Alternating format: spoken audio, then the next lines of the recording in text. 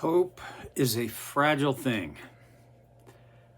In the way it is for me and for many people that I know. I do know other people who it seems like for them, hope is not fragile. It leads the way for them. I envy these people. And I think hope, I mean, there's different levels, different kinds of hope, right? There is the wish hope, which is not evil.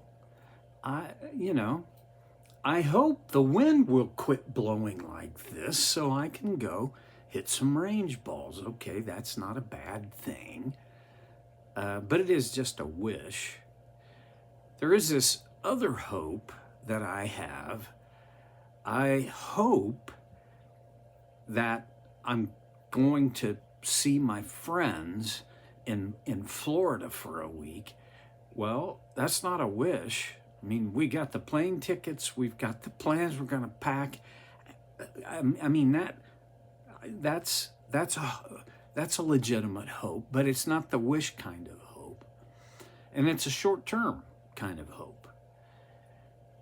And then there is this hope above all other hopes, and that is not the wish, but the hope of my home in heaven, my secure relationship with God through Christ. I truly hold on to that hope, and the writer here talks about that hope. He says, back to verse 18, God did this so that by two unchangeable things in which it is impossible for God to lie, we who have fled to take hold of the hope set before us may be greatly encouraged. One of the things that hope does is it encourages us.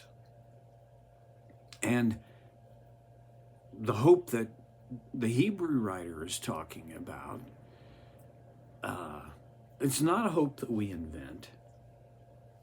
It's a hope that is set before us by someone else, not by us. Okay.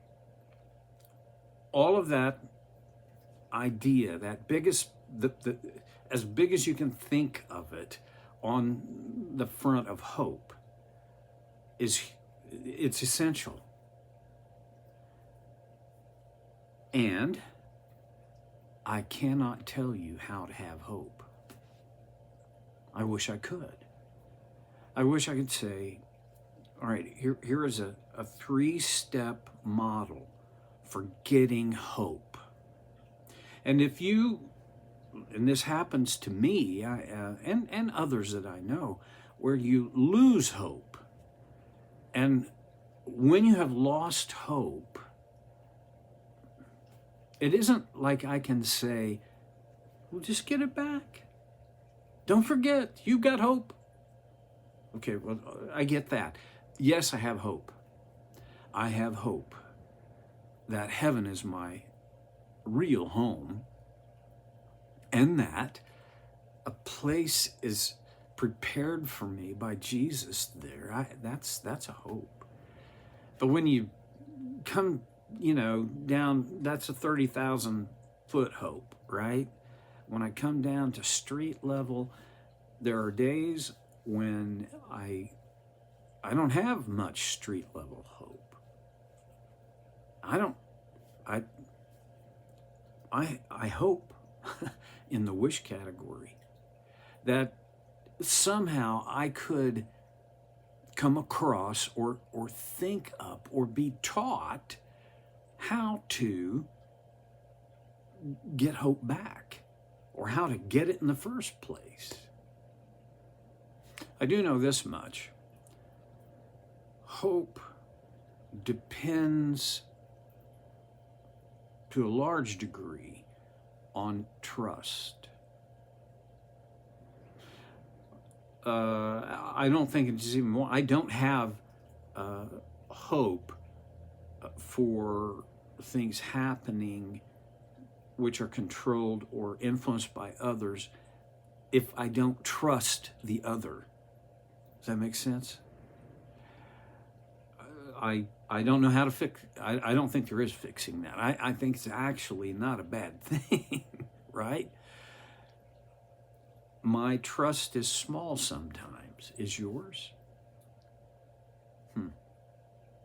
Well, pray about it and dwell on it.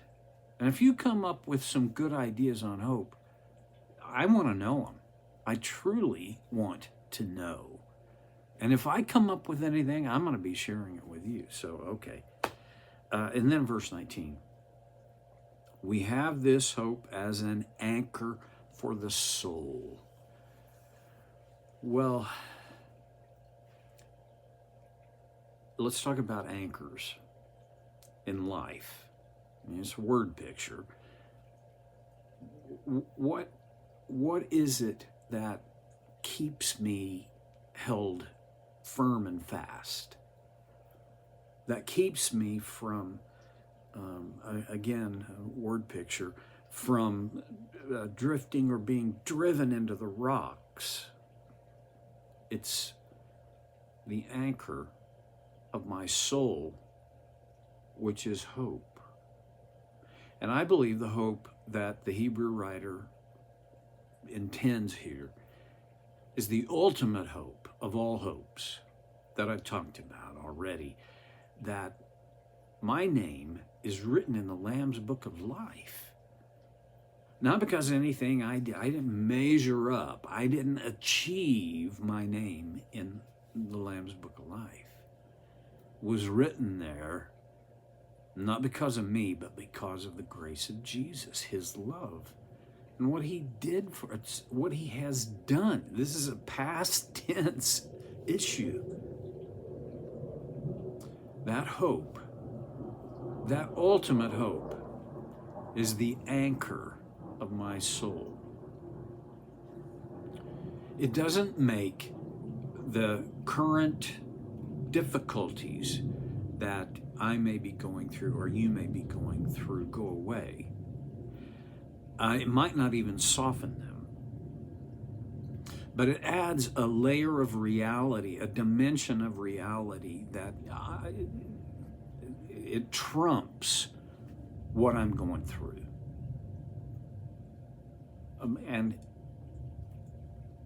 when I focus on that hope, it does change my perspective. I can endure. Well, first of all of us can endure more than we think we can. You know that phrase, I just can't take it anymore? No. You can, and you probably will. I know what it's like to feel like I'm at my end. And I also know what it's like to look back and realize, I guess I wasn't at my end because I'm still here. Hope, our hope, this hope, the hope of eternity with Christ and God and the armies of heaven, other believers. But I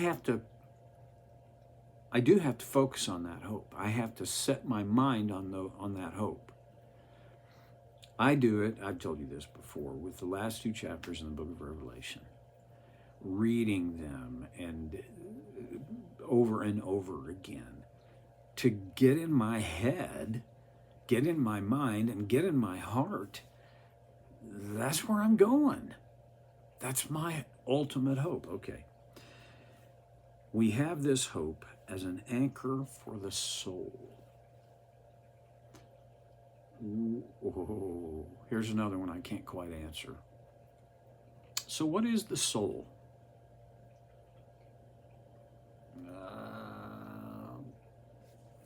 Evidently, it is a discrete part of me. God gave way back in Deuteronomy chapter 6 the admonition, the command, love the Lord your God with all your heart and soul and mind and strength. So that my heart and soul are apparently two separate things. My heart, the seat of my, not just my emotions, but my affections and even my ambitions. And soul, the best I can do is say, that is a part of me that will live on forever.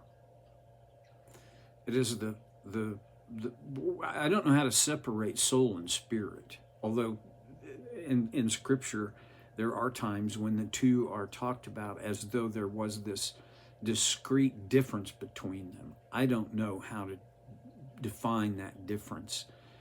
What I do know is this is I say I know. I have this sense that it is my soul and my spirit that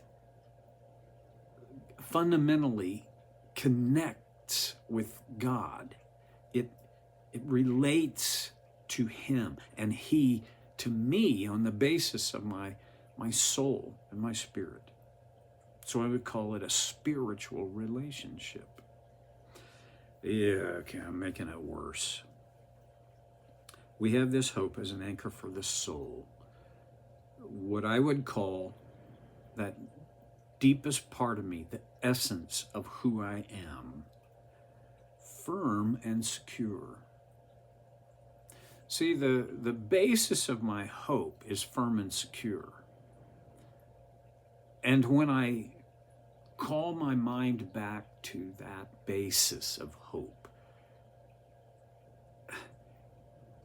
that's where the firm and secure comes into my own experience. The hope, for me, the hope, I've said it and I'll say it again, heaven is my home. This world is not my home. I'm just passing through.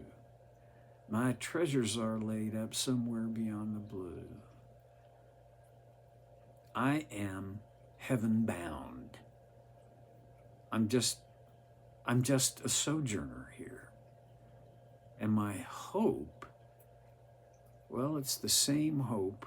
No, it's not the same, but it's very similar to when Debbie and I have been gone from home, sometimes for a very long time, the hope, we climb on that airplane for the last leg of our journey, and we'll be home in just a matter of hours. The hope, I get to sleep in my own bed. I get to sit on my own couch. Home. And that's a great feeling. I know what it's like to long for home as well. Okay, our eternal home, our real home, our everlasting home, the most real home of all. That's our hope.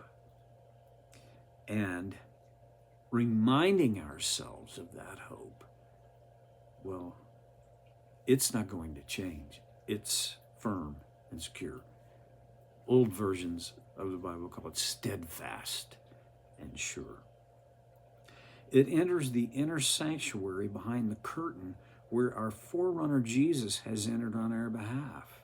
He has become a high priest forever in the order of Melchizedek. And all of a sudden, we're brought back to the theme of priesthood.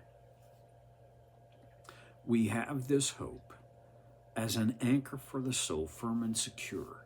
This hope enters the inner sanctuary behind the curtain. Now that is very symbolic language. And in the 20 seconds I've got left, can't even come close to unpacking it, so we'll have to come back to it next time on So Care with Stevie Boy.